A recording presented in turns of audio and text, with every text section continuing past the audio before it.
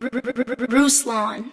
Recently, a young lady from the Hollywood entertainment world by the name of China McClain has been very active on her social media, sharing not just her faith journey and how she came to be a follower of Jesus, not just her testimony, but like solid apologetics about all kinds of different things, from macroevolution to absolute truth, theory of relativity, Einstein. And some of you guys have asked me to react to her videos before. I haven't really found the need, but after this video, I thought it was appropriate to. China McClain comes from the entertainment industry. She was on Disney shows. She still does acting. She's a social media personality with millions of followers across TikTok and Instagram. The video she did on apologetics was very solid. I enjoyed it. I didn't really react to it because there, to engage with some of the Gen Z, you got to make this stuff look really effortless. And she's like, I stayed up all night and I didn't sleep,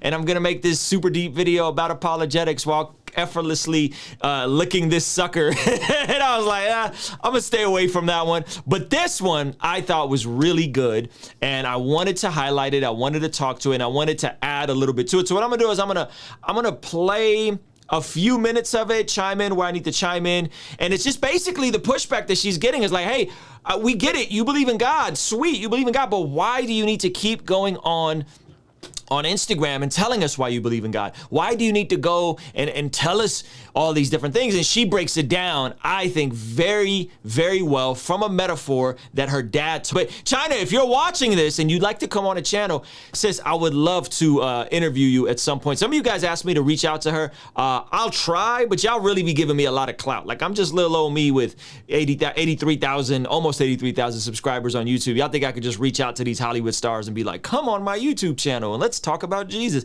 I'll try, but y'all just want me to interview Kanye and China McClain, everybody. I love it. I appreciate it. So putting it out there, China, if you want to come on the channel, let's do it. Check this out. Snake in the yard analogy, okay? So say we're best friends. You come over to my house and we chilling, right? We watching movies. I don't know why she started snapping with the we watching movies while we snapping to music. We listening to music. I don't know what Gen Z be doing. And I got like art stuff spread out, so we drawing and painting and stuff. And then Gen Z be out here multitasking, yo. We watching movies. We dancing to music, making TikTok videos with art stuff spread out. I love this, right? Like, it's just this is awesome. Remember, oh shoot, I forgot to take my dog out. Just stay here. Let me take him in the backyard. I'll be right back. You're like, okay, cool. I leave you in the room painting. I take my dog downstairs and I unlock the door. She should have the hand. I'm like, come on, Cujo. And right when I'm walking out, what do I see? I see a snake in the yard. So I grab my dog, rush back inside, close, lock the door. And then I go back upstairs to my room where I left you. I see that you've gotten up and you're about to leave the room. And I'm like, wait, where are you going? And you're like, oh, I wanted to go to the backyard too, get some fresh air from these paint fumes. And I said, okay. That's a good metaphor. I'll see you when you get back.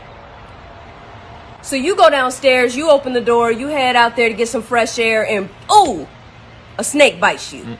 So you throw it off of you and you run back in the house and you close the door and you lock it. You run back upstairs to my room and you starting to limp at this point. Your leg is hurting. And you're like, China, I just got bit. There's a snake in the yard. And I say, oh yeah, I know. I saw it when I was going to take my dog out. What would your next statement be? China, why didn't you tell me? You saw me heading in that direction. I told you I was going in the backyard. Why didn't you tell me there was a snake back there? And I said, I don't know. I wasn't trying to force what I knew on you. So I just thought that you should learn for yourself, as we all should, you know, because I love you. So I was trying to give you that freedom. This is a good metaphor. You got to give it to her. It's a really good what's her dad's metaphor? But it's still a really good metaphor in terms of being Christians inside of this society. Let's keep watching. Does that make any sense? You wouldn't think that I actually loved you if I knew there was a snake in the yard. You told me, oh, I'm about to go to the backyard. And I just let you wander on back there without warning you of the danger. Now, if you told me, oh, I'm going to the backyard to get some air, and I said, oh, no, don't go back there, I just saw a snake back there, would giving you that information be forcing something down your throat? It's a good question. Forcing my beliefs on you? No, it's showing you that I love you and I care about what happens to you. Come on. I do videos talking about God to warn you about the snake in the yard. Come on. That's the point. The snake represents the frightening afterlife that we're choosing by ignoring God's existence in this life. In the backyard. By the grace of God, I got away from the snake before it bit me. Now I see others heading towards the backyard. I know there's a snake back there. Come on. And so I'm just warning you and letting you know, yo, there is danger in that direction. Come on. And now you have a choice to make. It's as simple as that. You can either choose to be like, oh, heard you. I'm gonna go back the way I came. Or you're gonna choose to be like, China, I don't believe you. I don't believe you. I'm gonna go back there anyway. Excuse me. It's good. It's good. She preaching. Now notice, nowhere in my analogy, or Michael McClain's analogy, did I say, shout out to Pop Dukes, that I was going to force you in the room and I was going to forcefully keep you from going in the backyard. Right. That would be forcing something down your throat. Right. I never said that. You your own person. You got free will. If you want to go in the backyard after I've told you that there's a snake back there, do your thing. You can go. You got to make your own decisions. But just warning you of the dangers. See, because I've been through certain things in my life, especially in the industry that I work in. So I know that God is real. And people can tell you all day, well, you don't know that. You don't know God is real. That's a belief. You don't know what I know. Come on. Come on. Come on, China. Yo, she's going in. Now, a couple things I really want to point out from this metaphor, okay? Now, praise God that she is strategically positioned in a place where she has a massive non-Christian audience. And I'm going to get there in a second and what the implications of what that means for all of us in terms of being Christians in 2020, Gen Z, TikTok, this revival that we're seeing happening with technology. I'm going to get to there in a second, but I want you to, let's just think through this. She's hanging out with someone that is in her home and they are enjoying each other's company. How often do we as Christians allow ourselves to be in the presence of folks who don't believe the same things we believe and enjoy their company and do things where we can find common ground with them? She's painting and dancing the TikTok songs and watching a movie simultaneously. She's multitasking, right? But she's around someone that may or may not have information to what's going on in her backyard, right? So the beautiful part about just the beginning of this illustration is I would challenge a lot of us, how many of us actually are in a position to have influence, authority, and credibility with people who are far from God? That's my first question, because I think she's uniquely positioned. She's a movie star. She's a TV star. She's a social media star. She draws a wide net of people, and I'm praising God for her. But let's not also assume that because she leverages technology to share the gospel, that resharing something on our IG story about an inspirational quote from Jesus is our quota for telling somebody that there's a snake in the yard. Let's not assume that you just sending somebody a video and not taking the time to sit shoulder to shoulder with somebody is you telling them there's a snake. There is proximity in her metaphor with someone that is not doesn't have that same access to the same. Are we as Christians building relationship with people? I'm not talking about people that are harmful to you. That's not what I'm saying. I'm not talking about people that are going to encourage you to sin. That's not what I'm saying. I'm not talking about people that are going to cause you to, that is not what I'm saying. Or people that you used to go and do evil things with. That's not what I'm talking about. I'm talking about those family members in your life. I'm talking about those friends in your life that are not Christians yet. Do you have relationship with them? That would be my first question. Hey, by the way, if you're watching this, you're finding value from it, hit the like button for the YouTube algorithm. That would help me out a ton. The second question I have is she talks about not forcing someone in a bedroom and locking them in. No, you don't understand. There's a snake in the yard. And locking somebody. But how often does our evangelistic approach, maybe because we aren't connected in relationship, comes across like we're just yelling at somebody?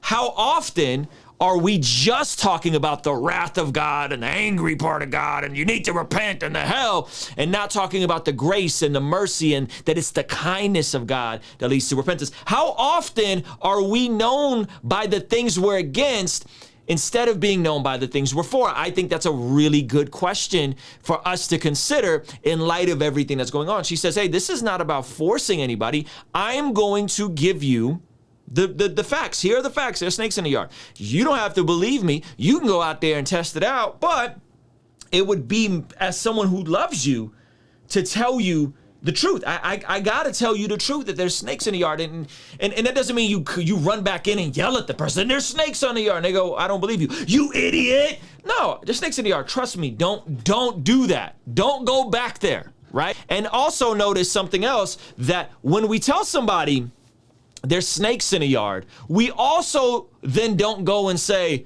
oh yeah, my cousin who came and told you there's snakes in the yard, he's a false teacher. My brother who just told you there's snakes in the yard, he's a false prophet. My mom who said there's snakes in the yard, her theology is sus. You know, my dad, he's kind of heretical with his doctrine. Notice we don't do that. We just say, hey, listen, there's snakes in the yard. We don't then go and bash other people who are trying to tell other people that there's snakes in the yard. We just say, hey, there's snakes in the yard. Be careful. Don't go back there. Turn around. Change your mind. It's not a good time. Think through it. I love it. I love the metaphor. I love the analogy, and I think it has way more implications. And if we just look at the metaphor and take it to its logical conclusion, there's a lot we can extract from it. Are we in relationship? Are we in proximity with people who are far from God? Do you have any influence with anybody that's far from God? Again, she's a movie star. She's a social media influencer, right? 2, are we communicating things in a way that's receivable and not just yelling and trying to shut people in rooms and telling them they're idiots, and right? And are we also then slandering, attacking, and addressing all the other people who maybe we disagree with on some things, but they're also trying to help and tell people that there's snakes in ours? Those are my 3 questions for you guys. So I want you to answer that in the comment section. And further, are you hopeful when you see someone like China McClain openly, unapologetically making videos proclaiming the goodness of Jesus, proclaiming apologetics, proclaiming the truth of the Bible? Do we get excited, and does this empower us to say, hey, maybe God is doing something in culture? Maybe because the reins of the music industry, the media industry are changing, meaning that you, the consumer, get to put people on. You, the consumer, get to choose what goes up the algorithm. And if you're a Christian consumer and you're on these platforms, you can push stuff up the algorithm by engaging with it, liking it. And Christian creators also got to do better at respecting your attention. I just had Gabe Perot on. I just had Nick D on. Both people who are exploding on TikTok. Nick D just signed a deal with Universal Republic because he's a Christian artist, because the consumer decided to put him on. And as now this entire old Hollywood, old media, you need a publicist, you need an agent, you need a record deal, you need this person, you need that person, as all of that is being done away with and is going to continue being done away with because you, the consumer, get to choose now. Does that inspire you and empower you to say, hey, not only am I going to engage and share this content that's valuable to me, but maybe I'm going to be more bold in sharing my faith. Maybe this is a great conversation starter. When I was looking at her videos, I saw all kinds of friends of mine on Instagram that liked them that weren't Christian. And I said, oh, what a great way to start this conversation.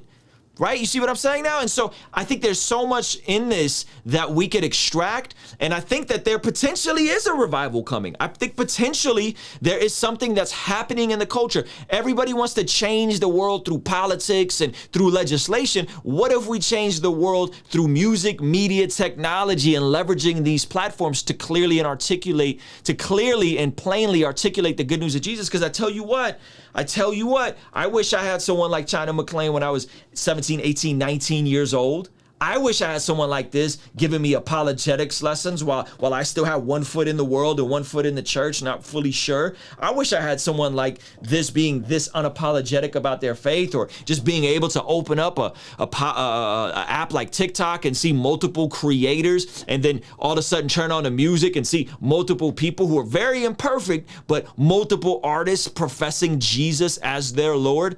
I would have loved to see this when I was their age. Right? And so I think Gen Z guys, y'all sleeping on Gen Z, and we can laugh and we can crack jokes and we can say, you know, they're multitasking and all that kind of stuff. But I think this generation is gonna grow up and be completely different than some of the entitlement we see from the millennials, some of the jadedness, and I can't get ahead, and the system is rigged, and the world doesn't like Christians, and that, right? I think you're gonna see this next generation grow up with just a different framework, man. So hopefully this is encouraging to you guys. I really do want to hear from you guys in the comment section. Let me know what y'all think. Kingstream Entertainment. Ruslan. Hey, thank you so much for making it till the end of this video. If you found it valuable, please consider giving it a like and subscribing. You can check out one of the other videos related to this that'll be over here. Now, I got to tell you about a free training I have for anyone that is an entrepreneur, a creative, an artist, but maybe you are unsure on how to find your voice, how to find your niche. I have a free training in the description of this video. Check it out. Once again, thank you so much for watching. I appreciate you, and I will see you on the next video.